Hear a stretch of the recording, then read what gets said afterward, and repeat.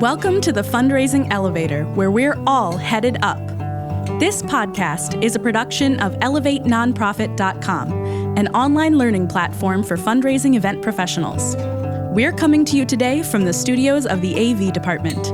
Please welcome our hosts, Kristen Steele and Samantha Swaim. Hey everybody, welcome to the Fundraising Elevator, where we're all headed up. I'm Kristen Steele, here with Samantha Swaim, and this is a good one, y'all. This is a really good one. It's our favorite fundraiser who's in studio with us today, Juan Martinez. We've known Juan for a long time, and we are so honored for you to come and spread your wisdom today. We want to talk to Juan about the ask, because a lot of folks are trying to figure out how to fundraise without making an ask, without building relationships, and all those critical pieces that we think are really at the base of being a great fundraiser. So we thought, let's go straight to the source and let's bring an amazing fundraiser in and pull the curtain back on how you do what you do and what that looks like. So you cultivate folks and build relationship with folks to be able to make these really elegant asks that feel like a win-win. And that is the secret sauce for you that makes you great at fundraising. And so we really want to tap into some of your brilliance today.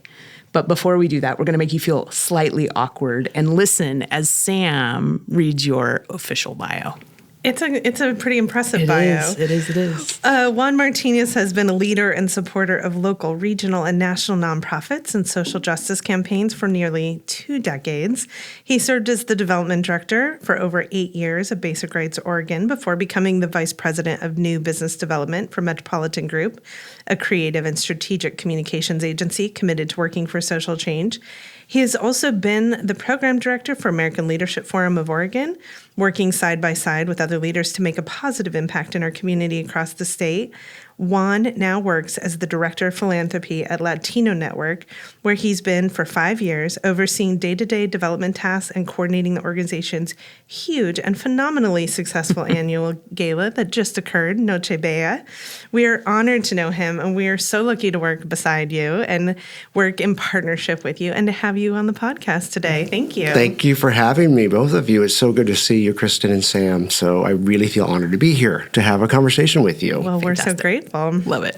Well, I want to start just with kind of a big picture basic question, because I think we have a lot of new people in the sector right now. There's been a lot of evolution and a lot of new people that are fundraising. So where do you find joy in the work of fundraising?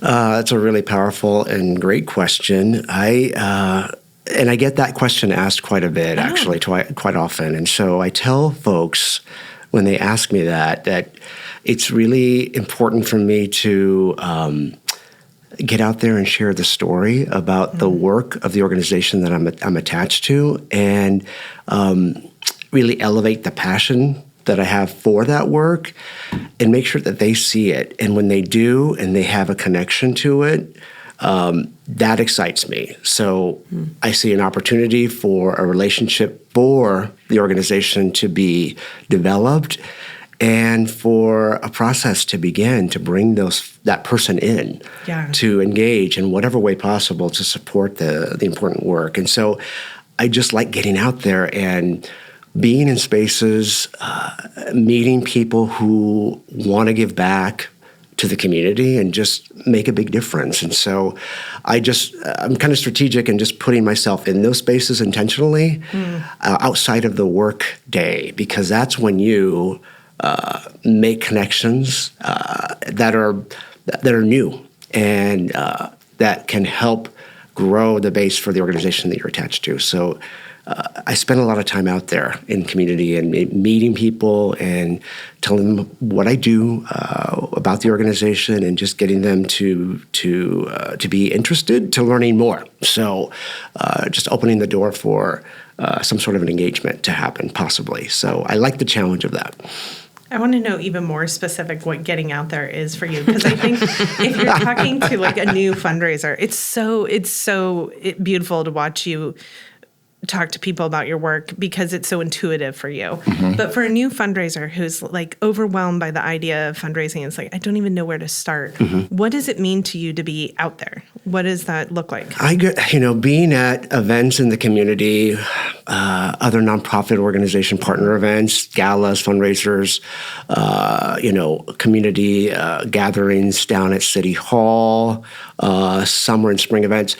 I just make sure that I'm not missing anything that's important. You can't be at everything all the time, but there are key places where there's going to be interesting people that think like you do, that think like I do, that would be supportive and possibly willing to take action and get engaged in the work that I'm involved with. So I like being out there and meeting people. And it can be a little overwhelming for folks to actually go into spaces like that, but I enjoy just seeing what's out there and staying in tune with what's out there because that's important. Yeah. I think it's interesting to talk to somebody who's really at a height of craft, and that's what I think of you when I think of you. And also, if I see it happening in your social media, I have pretty immediate FOMO. It's like, I guess we should have been there.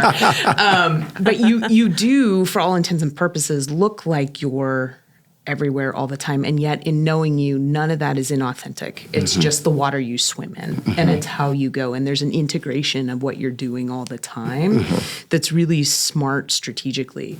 Yet we all start somewhere, right? And so I think it can be really helpful for folks to think about how did you get into development? Where did you start? And what was that piece of advice you were given as a young development professional that really helped? Oh my goodness, it takes me back. It takes me back to like 2004, 2005, one of those 2 years. I can't remember exactly, but I was working for my family small business in Newburgh, Oregon. So I'd been there for about 5 years, working for my father's company, and that was great and all, but there was something missing about the work that I was doing, and so I started volunteering at nonprofit organizations here in the Portland area, volunteered at Cascade AIDS Project on their AIDS Walk committee, met some amazing people there, like Craig Armston and who else? Thomas Bruner, a bunch of amazing leaders in the community who were kind of tapped in and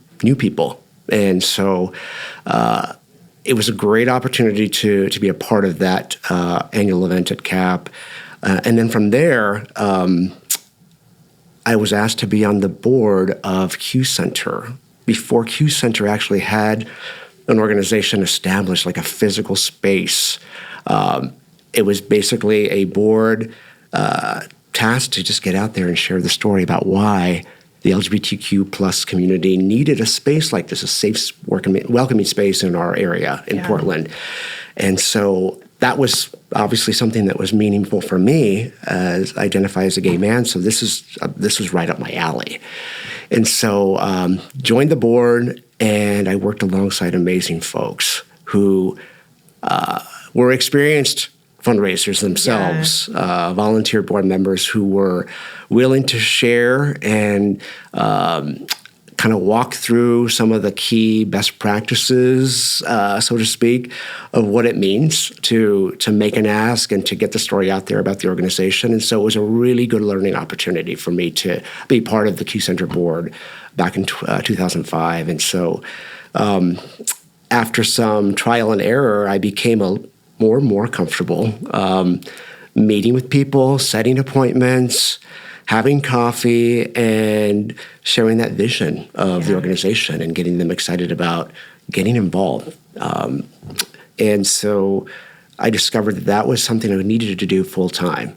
And so decided to leave my family's business. My father was understanding. He was very supportive. He saw what I was doing in the community with all these other nonprofits, and he knew that I loved my time in giving back and making a difference, and I wanted to do that full time. And so someone at Basic Rights heard that and met with me, and we had a process about an opening there within the organization, and this was in 2008. and I joined the staff as a development coordinator for the organization. It was really exciting. And then you raised millions of dollars.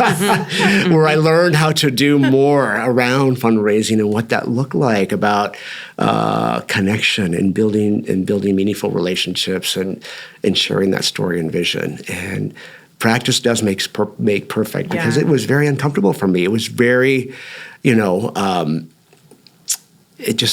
took a lot of work for me to feel like I had just the basic skill around meeting people and being comfortable and confident with that ask. And that takes a little bit of time. It depends on the person, but it takes time to be comfortable, because money is money.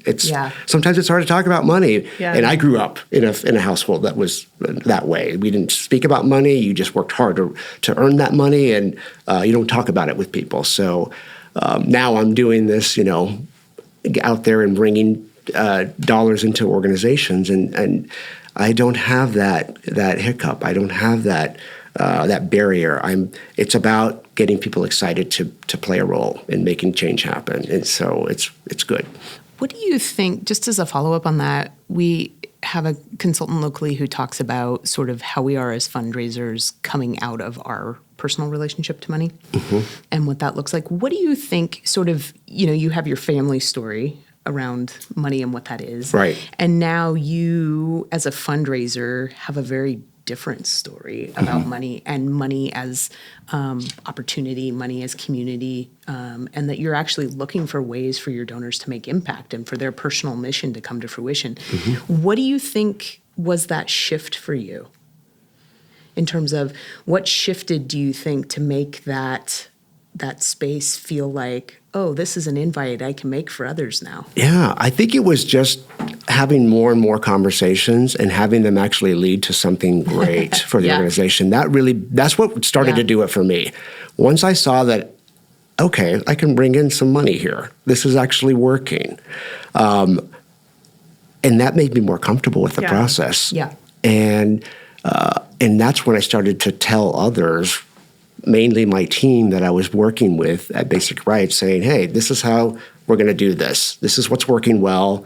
Let's continue that, and join me in on meetings. I want to help you. I want to help you all get comfortable too, because it's a team effort. Yep. Not everybody can make all the asks for an organization. It has to be shared with the development staff, the executive director, board of directors. They all have to play a role. So it's a lot of work involved. I want to ask you about that sort of delineation of roles, though, because you taught me something that I now teach to others all the time. No, I don't believe that. It's true. That's not true. That everyone in the organization has relationships, and that even if they're not making an ask, even if they're not the ones that are actively raising money, they're still cultivating relationships in the work. And you had some really beautiful, simple tools that you created to help other people feel comfortable with that relationship cultivation. You also did a lot of work with the executive director partnership of how do you set up your executive director. But all of that kind of distilled down to and boiled down to you being in community and helping other people to be in community. And you talked about coffee dates, and you talked about talking to donors. I think that you have elevated your relationship to your donors now, where your donors are actually your friends, and you've developed real, authentic relationships to donors. But how did you first sort of start with a new organization and connecting to maybe donors you haven't met before? Like, where did that evolve from? How did you start the outreach if you were new at an organization? No, good. I love that, because it's important to kind of just dive in and see what's going on with the pool of supporters, and see if there's any connections that I already had existing that I knew from previous work. But it's really in partnership with the executive directors. I've always made it a point to join the executive director on meetings. Say, hey, can I come to that meeting with you so I can get to know that person? So that's one simple way. And then I made sure I had a list of all of our top supporters based on giving history, kind of engagement with the organization. And I started just reaching out to them and emailing them, phone calling them and saying, hey, I'm new with the organization. I'd love to get some time with you on your calendar. It's really about just reaching out. Yeah. And I find that people appreciate that there's that effort to oh, wow, they want to get to know me. They're new. That's exciting. Let's talk. So that really has worked well for me in past experiences. And then when we have events, when I'm at an organization that's new, I make sure that I place myself like at the entry as a greeter. So I'm there meeting everybody as they walk in. So I want to make sure I'm touching as many folks with a hello, my name is, just making those connections as much as possible. So I'm just trying to place myself where I'm visible at larger events that we're having. So it's interesting. I'm working with a couple of organizations right now that have all new teams. There's been, a lot of transition in the sector.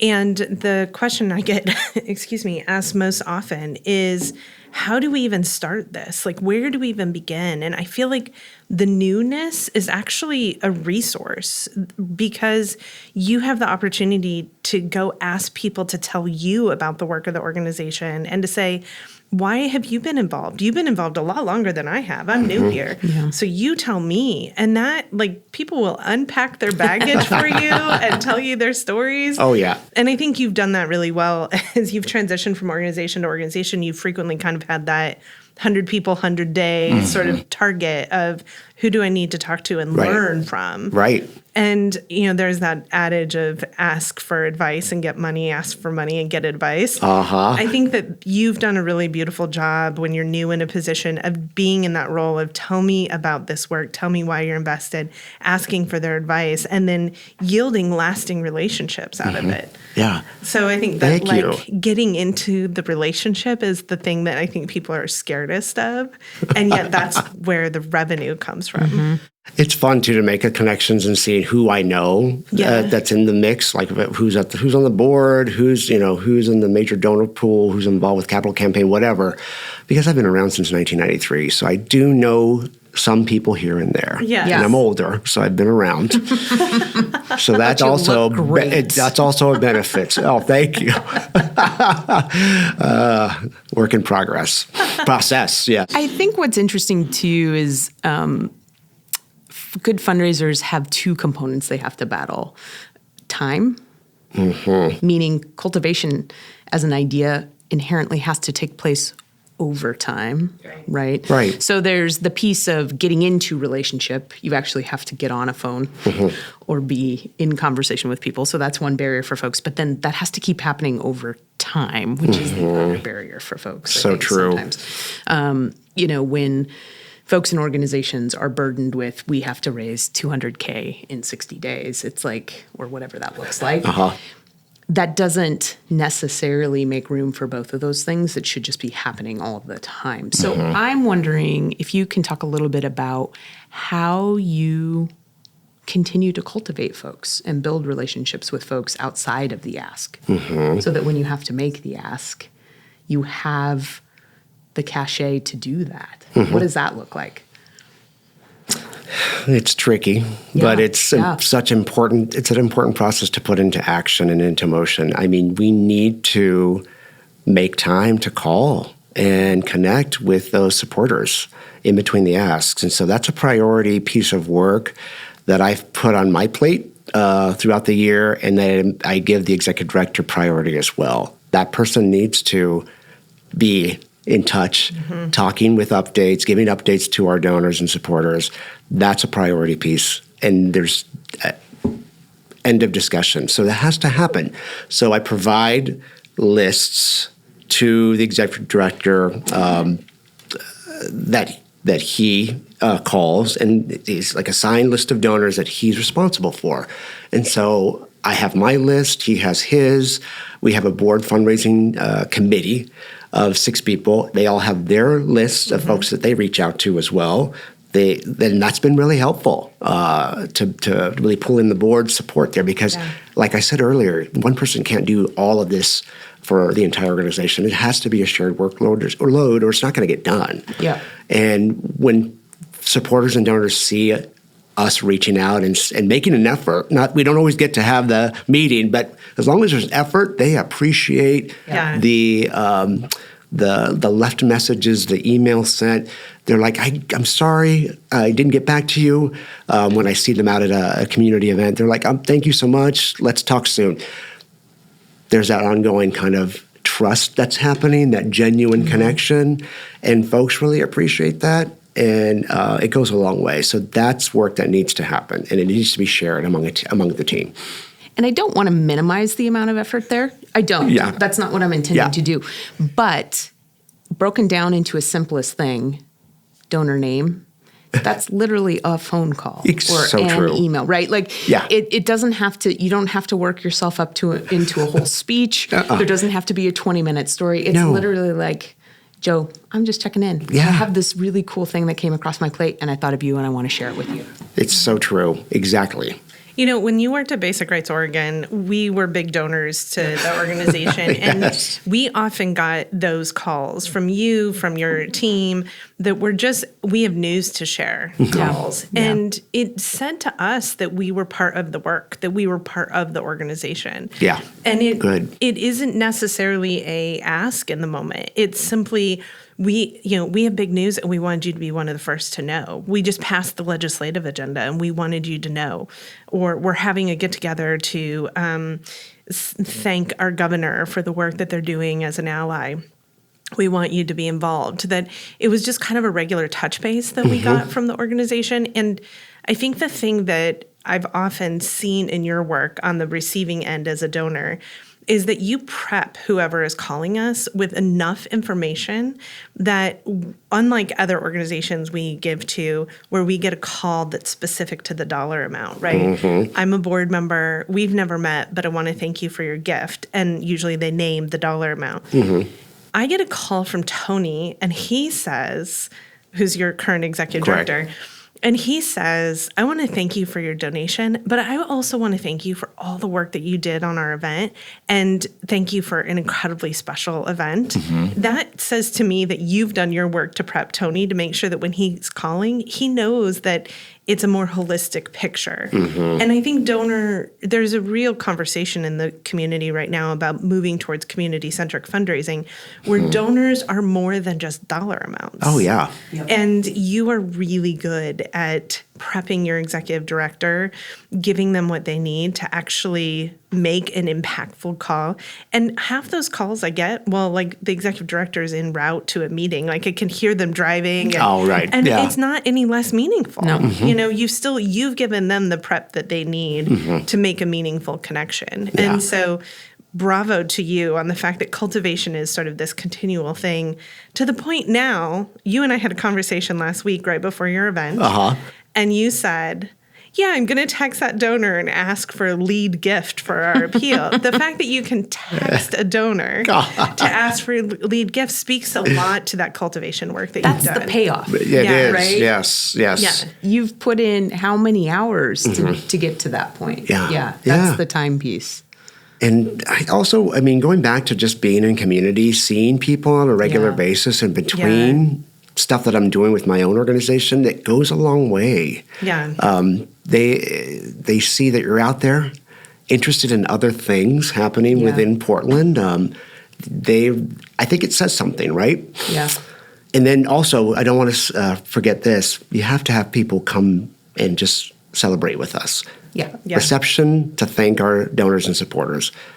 At least once, twice a year, you have to have those kind of events that make them feel special, valued. It doesn't have to be big. It can be a small reception with some food, wine, cheese, and then a quick thank you from our staff. It makes them feel appreciated. So so that's something that we do on a regular basis as well. Well, on that note, let's take a little bit of a pause. We're going to hear from one of our sponsors, and then we'll be back. Fantastic. All right.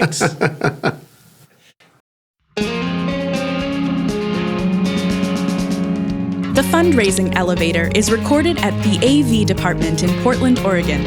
For years, they've been our trusted partner, delivering exceptional audio-visual production and videography for nonprofits. In 2020, they transformed into a dynamic live streaming studio, producing more than 900 virtual and hybrid events. Now, we embark on an exciting journey together to bring you this podcast. Seeking the best in live events, video production, and live streaming, we proudly recommend our friends at the AV department. Link in the episode description. All right, welcome back. We're here with Juan Martinez, Development Director extraordinaire, one of the best fundraisers we know. That's too kind. It's so true, though. And we've invited you here because I think that there are a lot of people that are new in fundraising that are looking at where do I even start? And so we've talked about the fact that sort of our own money story, our own relationship to money becomes a part of it. Building relationship is a big component, having that connection to people. But when it comes down to it, when it comes down to making an actual ask, how do you approach that? What is your sort of go-to for sitting down with someone and asking them to make a sizable gift? No, it's a great question. It's really about that just making the whole situation comfortable for both yourself and for the donor. Yeah. So it's starting off the conversation with simply like, how are things going? What have you been up to what did you do this last weekend? Not prying into their personal lives, but just taking a moment to get to know somebody and to ask about their lives. That really actually makes a big difference. It does. They're like, oh, wow, that's nice. It signals that they're not just meeting with somebody about dollars. Yeah. There's a process happening here. There's a connection and a relationship being established. So it's about being authentic and making sure that your eye contact is there, that you are listening. They want to be heard.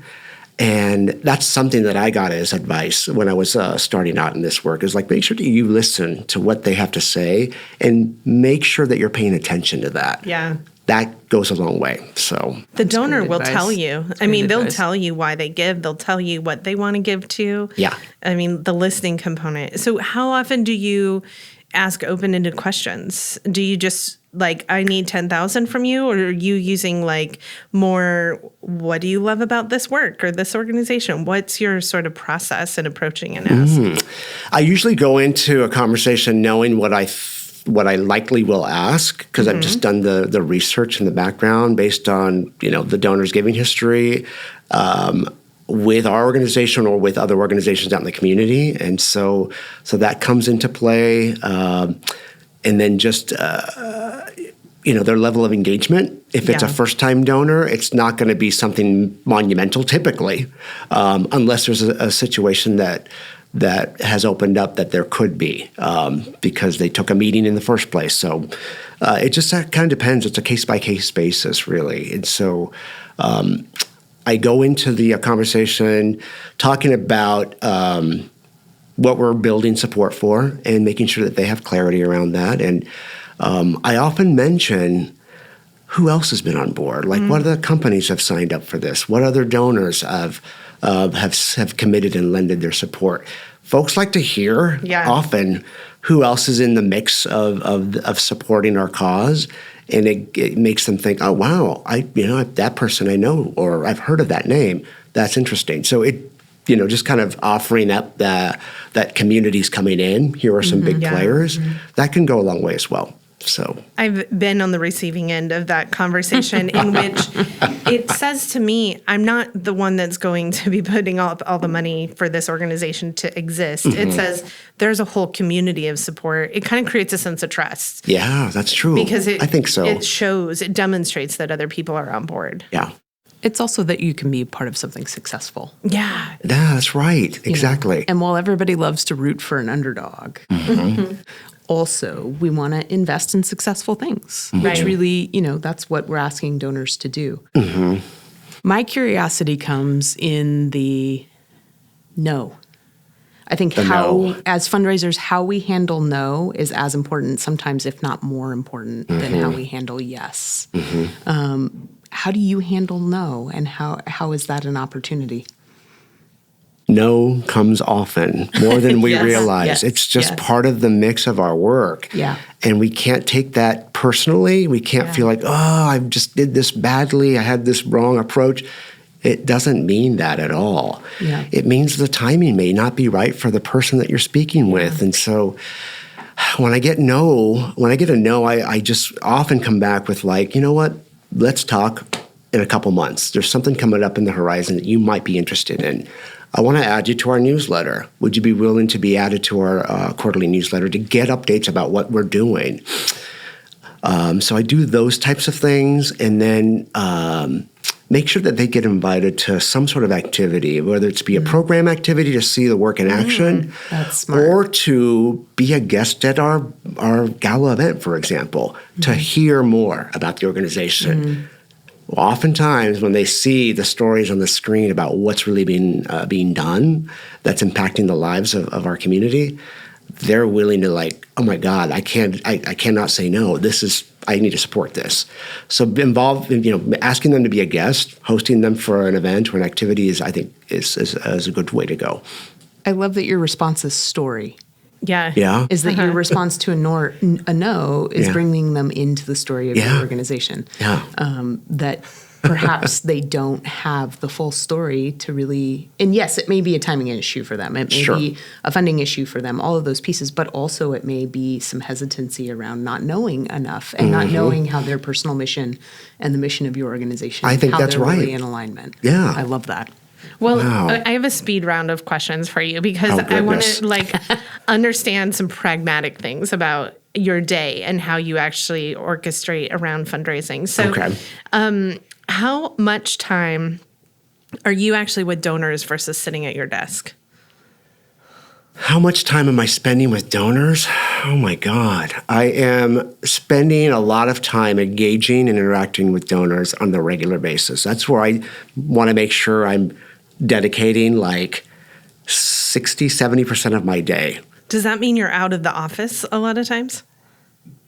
Now I'm back out in the office.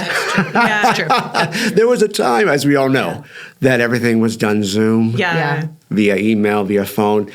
Now I'm getting back out there and having coffee dates, happy hour dates, all of those things, meeting with people, making the real connection happen. It's so good. So Yeah. I love that. How often do you follow your donor on social media? Quite often.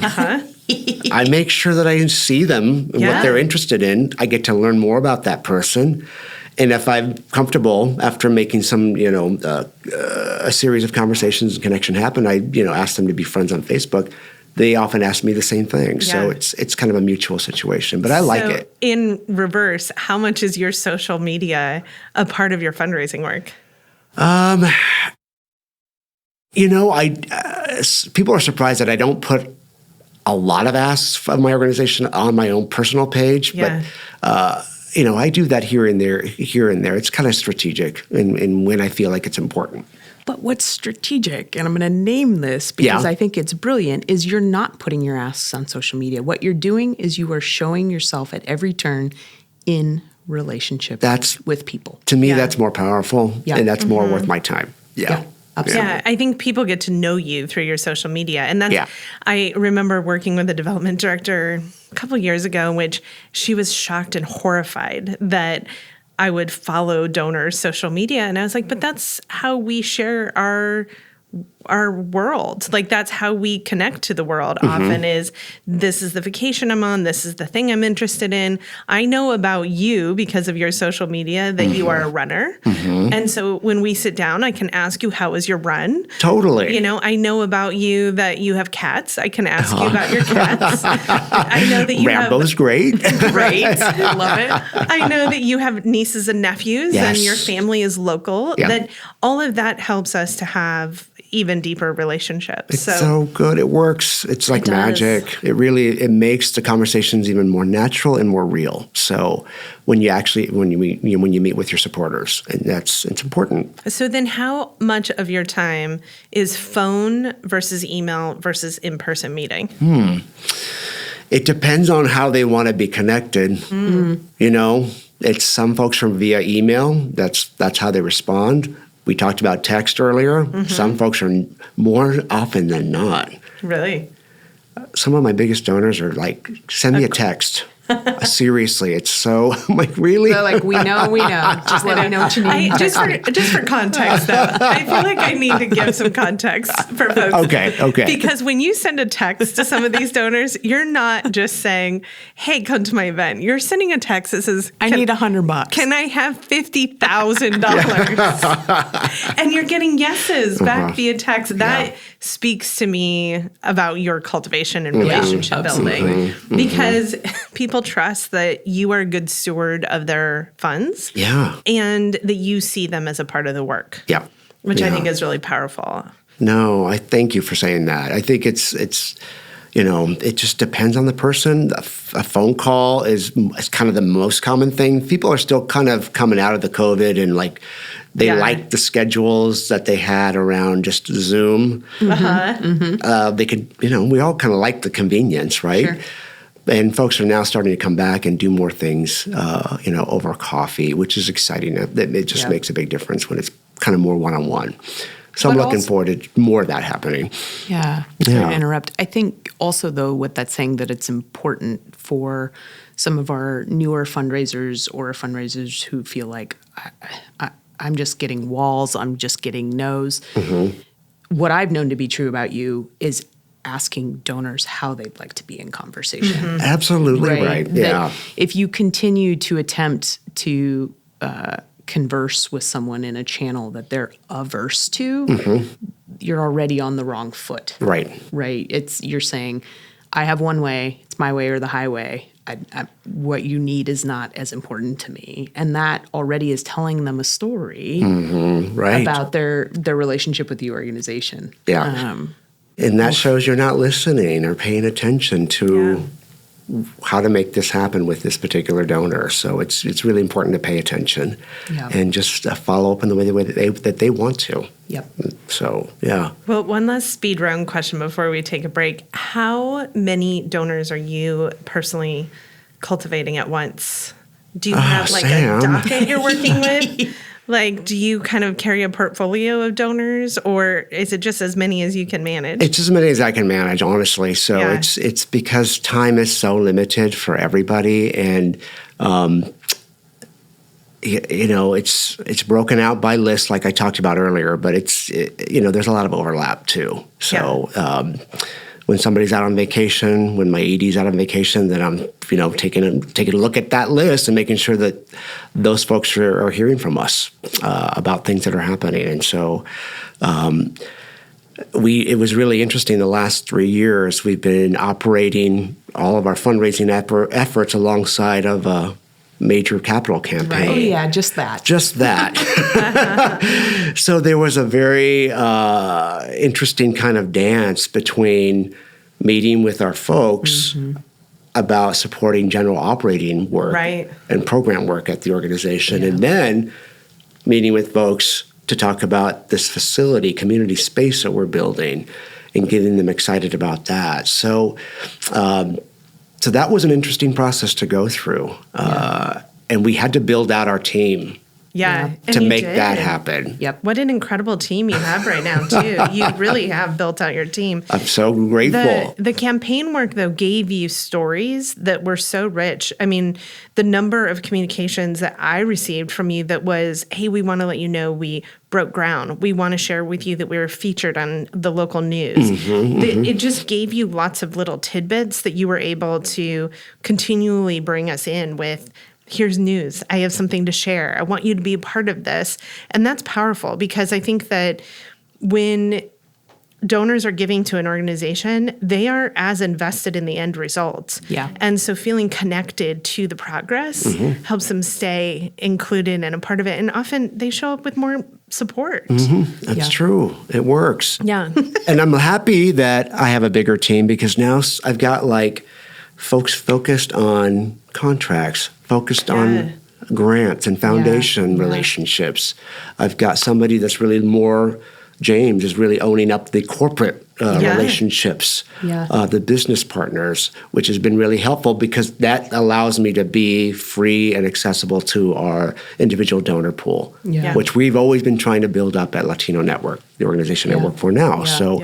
And we hired last year a major donor officer to help build that with myself and with our executive director and board members. Real quick before we go to break, I do want to kind of pull back through the thread and the idea that you have said that I want to make sure doesn't get lost. And that's that all of you on the team have a list you're working. And the only way you get a list is by having good data. Yes, to true. understand the story of your donors and how they've participated True. and what that looks like. Yeah. That you're able, in making that list, you're already creating a strategy to success because it's based on sort of what those pieces have looked like. I think sometimes there are aspirational lists we make that are not grounded in relationship or history, and that can sometimes precipitate the volume of no. And so you've already teed yourself up in those conversations for success by even knowing what came before that conversation. No, thank you. Thank you for saying that. It's been a process to build that within our shop, but we've got a brand new donor database that's really going to manage the more complex kind of situation that we have within our store, or within our organization, which is really good. We're really excited about that. So, because now we're pulling in capital campaign donors to become ongoing contributors to the organization. These are new. A lot of them are new to us. So we have a challenge of how are we going to keep them excited and engaged? And that's been fun to do already, just within the last few months. And for those of you listening, not watching this on YouTube, Juan said that with a huge smile on his face. If you couldn't hear it, I'm here to tell you it was right there. We're going to take a break, and when we come back, we're going to put Juan in the fundraising elevator. We'll be right back. Oh, cool. I'm excited.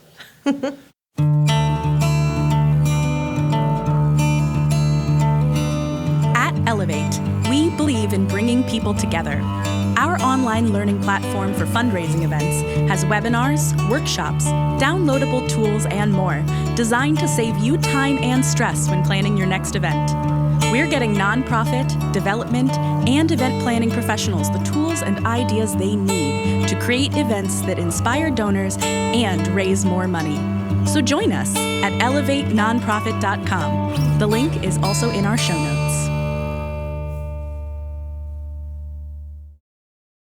Welcome back. This is the Fundraising Elevator. Sam and I are here today with the miraculous Juan Martinez, fundraiser extraordinaire, one of the best development folks we know. He's spilling all the tea, letting us in on the very mysterious craft, which just means cultivating relationships over time and knowing when to make the ask. Happy to be here again. Yes. Thank you. Come into the elevator with us. We're going to go up to the penthouse. Okay. Talk to us about a gathering that was really great. That you attended and why it was great. It has to, I just love it when I'm at an event and the energy level is so high. There's amazing people in the room connecting with one another, happy to see each other. There's, of course, good food and drink being served. That makes a huge difference. Good food. So you got to have a really strong caterer to make that happen. The space has to look elegant and special, unique. Like people are going to walk away remembering forever. Yeah, it's about memorability. Like, you want people to never forget that experience so that they want to come back. So you got to make it unique and special. Yep. And that can be from entertainment, but it's really about, I think, going back to storytelling, getting them to hear stories that are powerful. That's when they get excited and want to do something that is meaningful, if we're talking about a fundraising event. So, yeah. You just had an incredible fundraising event. You broke fundraising records for your organization. We're so happy. We're so excited. Well, it had all those check boxes that you just said. It had the connection. It had people that were really excited to be there. What was the most memorable part of Noche Bella for you? Yeah. I think it was really just the fact that we had such a big crowd. We were lucky to have the size crowd that we did because we could accommodate it at the Portland Art Museum. And people were there was a high energy level, and people were so excited to see each other and to reconnect after such a long time. We had an event last year, but it wasn't big, or it wasn't as big. Right. And so it was just kind of next level for us this year. And then the run of show, that was created in partnership with our consultants was spot on. It was seamless. It really flowed in a way that kept people excited and engaged. Good. So you have to have a program that is powerful and interesting, and it keeps people paying attention. So yeah.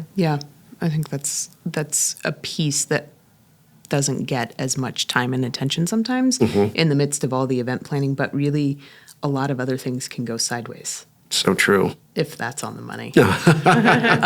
Let's jump back in the elevator and go down to the boiler room where all the tools. Oh, it sounds hot. It does sound hot. It's where all the tools are. What are a couple of sort of indispensable tools for you that you would recommend to other fundraisers?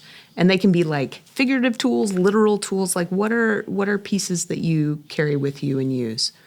One thing that comes to mind off the bat is when we plan out our year of fundraising efforts and activities, I make sure that we've got our budget plan set.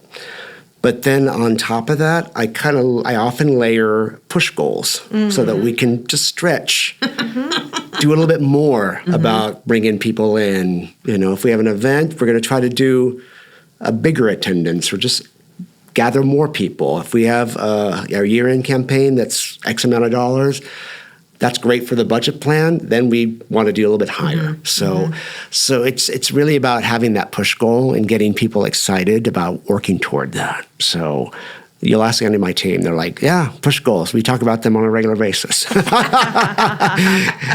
So it kind of stresses them out. But no, it's all fun. It's just that challenge. It keeps it exciting and interesting. So, yeah. Well, I appreciate that you set the push goal, but you also celebrate when you land somewhere in the middle. Yeah. It's like you may have a push goal of $700,000 and your budgeted goal was $500,000 and you reach $6,000, and that is incredible and amazing and celebration. That you don't let the push goal become like a disappointing, unattainable. Oh, yeah.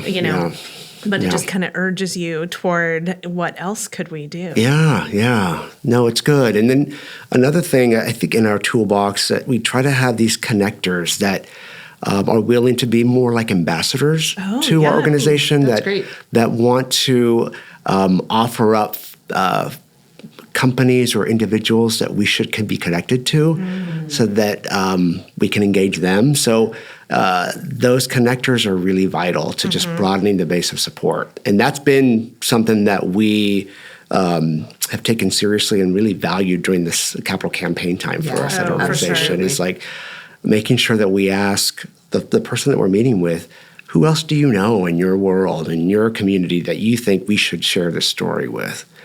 And they don't often have a name on the spot, but they'll say, I'll get back to you on that. You just have to make sure you follow up with them. Right. Yeah. Because they often will say, oh, yeah, I've had some time to think. Here's 3 names I want you to reach out to, and you can use my name. Amazing. That's great. Connectors. Push goals. It's amazing. All of the things. I love it. Well, we are just so lucky to learn from you. I've learned so much from you in the time that we've been able to work together. So I appreciate you coming and sharing with others. If folks want to learn more about your organization, how do they find Latino Network? It's just our website, I think, we just redid the website. So it's fancy. So latnet.org is where you go into here and can see everything that's going on within our shop. Great. Well, you are growing by leaps and bounds. It's amazing to watch your work. And it's incredible to watch as your team grows, the influence that you've had in coaching and mentoring and supporting your team. So thank you for being a mentor here today. Thank you for joining us. Thank you. Good luck in your next fundraising campaign. And, I appreciate you both so much for having me here today with you. This has been fun. This has been really good. Thanks. I appreciate this. Thanks, Juan. All right. The Fundraising Elevator is produced in partnership with Swaim Strategies at the studios of the AV Department. The program is produced by April Clark and directed by Steve Osborne, with audio engineering and original music by Dwayne Anderson and Heidi Christensen. Video production by Chris Peterson, Whitney Gomes, and Nathan Bouquet. Video editing by Steve Osborne. Graphic design by Pendulum Creative Group, and support from Sophia Keller, John Lyles, and Andy Dowsett.